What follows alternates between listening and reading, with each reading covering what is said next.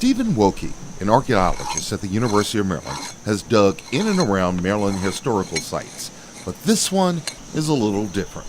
This is an archaeology site that we've decided to excavate because through historical documentation, it has connection to free African Americans living here in the 1790s. This is a section of Easton commonly referred to as the Hill.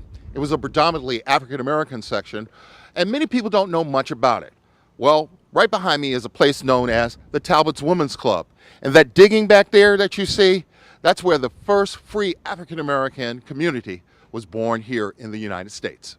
It's a story that's not often told about in the common discourse. In popular culture, you don't hear much about free African Americans during the time of slavery.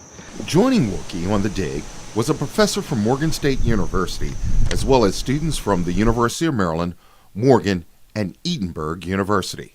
It was a very inspiring experience working with a bunch of students who, at the beginning of the summer, didn't really know much about how archaeology was done.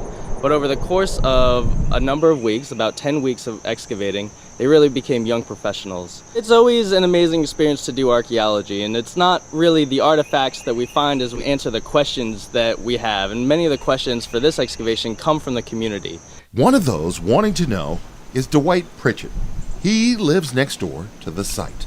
It kind of stung me at first because I didn't know what they were doing, and I hadn't went over there to ask questions about it. And they would tell me what they were looking for. And I said, oh, as long as you don't find no bones.